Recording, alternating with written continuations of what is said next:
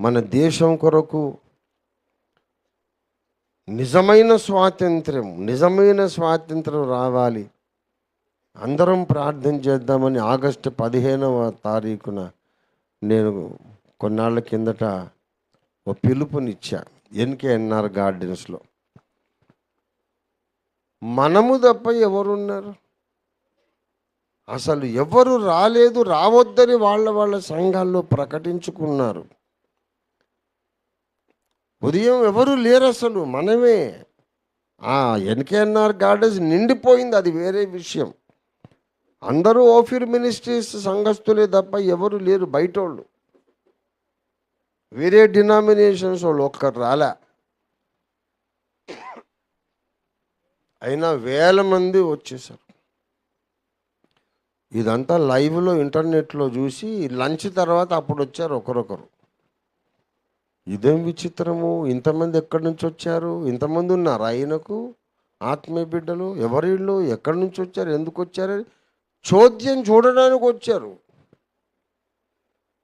అంతకుముందు ఏంటంటే మనం బోల్తా పడితే నవ్వుదామని ఎదురు చూస్తున్నారు. ఈయన పిలుపునిచ్చేస్తే వచ్చేస్తారు ఏంటంటే జనాలు. ఆ అబ్బాయి ఎవరు రారు. అరే వెకిలి ముఖాలు, నేను బోల్తా పడటం నువ్వు నవ్వడం ముఖ్యమా?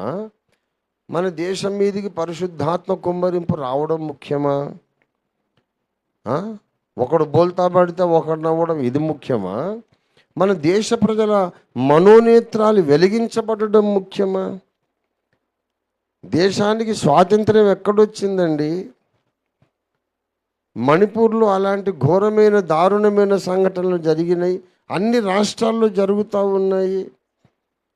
దేవుడు దిగి రావాలని ప్రార్థన చేద్దాం రండి అంటే డినామినేషన్ల భేదాలు పక్కన పెట్టి అందరూ పరుగున రావద్దా? ఎందుకు రాలేదు? రారు. ఆ కాన్సెప్టే లేదు. ప్రార్థనా కూటం మనం ప్రకటిస్తే అది ఫ్లాప్ కావాలి, విఫలం కావాలని కలలు కన్నారు. పొంచి నక్కల్లాగా చూస్తాంలే, అట్టర్ ఫ్లాప్ అయిపోద్ది, మనం నవ్వుతాము అనుకున్నారు.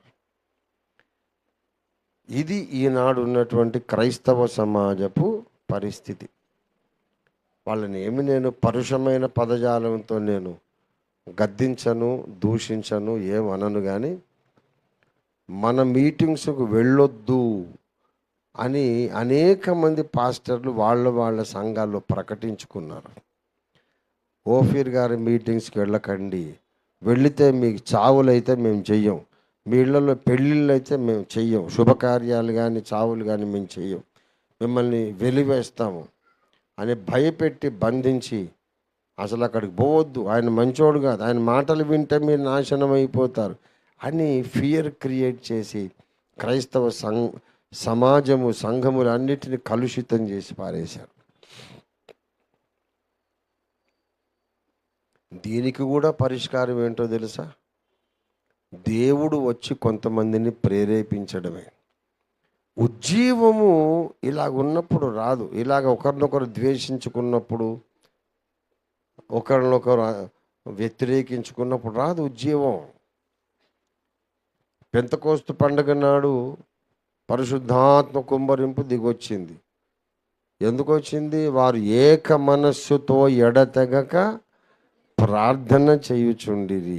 ఏక మనస్సుతో అందరూ ఒక చోట కూడి ఉండిరి. ఈ మూడు విషయాలు మీకు తెలుసా? ఆ అపోస్తలుల కార్యాలు 2 మొదటి నుండి చదవండి దయచేసి. పెంతెకోస్తు పండగ దినము వచ్చినప్పుడు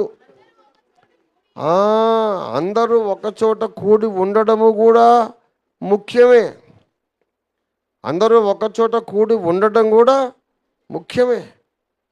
అందరూ ఒక చోట కూడి ఉండిరి. 1:14 చూడండి. ఏక మనస్సుతో ఎడతెగక ప్రార్థన చేయొచ్చు. ఒకచోట కూడుకున్నారు, ఏక మనస్సుతో కూడుకున్నారు, ప్రార్థన చేస్తున్నారు, ఎడతెగకుండా ప్రార్థన చేస్తున్నారు. దానికి జవాబుగా తొలకరి పరిశుద్ధాత్మ వర్షం కుమ్మరించబడింది. తొలకరి జల్లు. మళ్ళీ ఇప్పుడు మనకు రావలసింది కడవరి వాన, కడవరి వర్షం. ఈ కడవరి వర్షం ఎట్లా వస్తుంది మరి? ఇదే ఫార్ములా.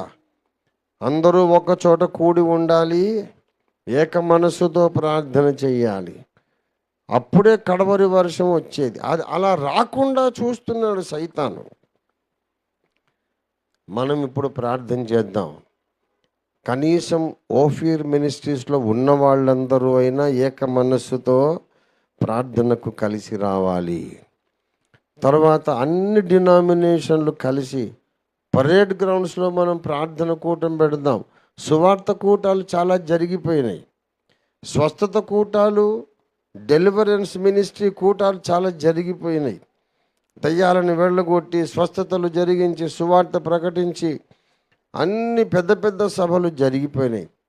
ఇప్పుడు మనం ఎవరిని ఏమనం, మతబోధ లేదు, ప్రసంగాలు లేవు, వేదాంత చర్చలు లేవు, కన్నీరు కార్చడమే ఇంకా రెండో పని లేదు. దేవుని పాదాలు పట్టుకొని 1,00,000 మంది పరేడ్ గ్రౌండ్స్లో కన్నీరు గార్చి ఒక 10 రోజులు ప్రార్థన చేశారు అనుకోండి, ఉద్యోగం ఎందుకు రాదండి? Just imagine. ఏమండి, 1,00,000 మంది ఒక మైదానములో నిలబడి లేక మోకరించి 1,00,000 మంది ఎడతెగకుండా 10 రోజుల పాటు ప్రార్థన చేశారనుకోండి, దేశం మీదకి పరిశుద్ధాత్మ దిగిరాడా? తప్పకుండా దిగొస్తాడు. అది 46 సంవత్సరాల నుండి నా కల. కానీ అది జరగకుండా సైతాన్ ఆపుతున్నాడు. నా జీవిత ధ్యేయం ఇదే, నా జీవిత ఆశయం ఇదే. లూథరన్స్, మెథడిస్ట్, హెబ్రోన్ వారు, బాప్టిస్ట్ వారు, అన్ని ఇండిపెండెంట్ చర్చెస్ అందరూ కలిసి రావాలి. నీ సిద్ధాంతం నువ్వు ఉంచుకోవయ్యా, నీ సిద్ధాంతం నువ్వు ఉంచుకో, నేను మార్చుకోమని ఏమి బలవంత పెట్టరు. నీ బోర్డు నువ్వు పెట్టుకో, నీ బోర్డు మార్చమని చెప్పట్లే. నీ బోర్డు ఏదైనా కానీ, నీ సిద్ధాంతం ఏదైనా కానీ, పరిశుద్ధాత్మ దేవుడు దిగి రావాలి అనేదైతే అవసరమే కదా. నీకు ఆ నమ్మకం ఉంటే రా, ప్రార్థన చేద్దాం. ఒక చోట మోకరిద్దాం. నాకు రూపాయి ఇవ్వద్దులే బాబు, దానికి భోజనాలు కూడా నేనే ఖర్చు చూసుకుంటాను.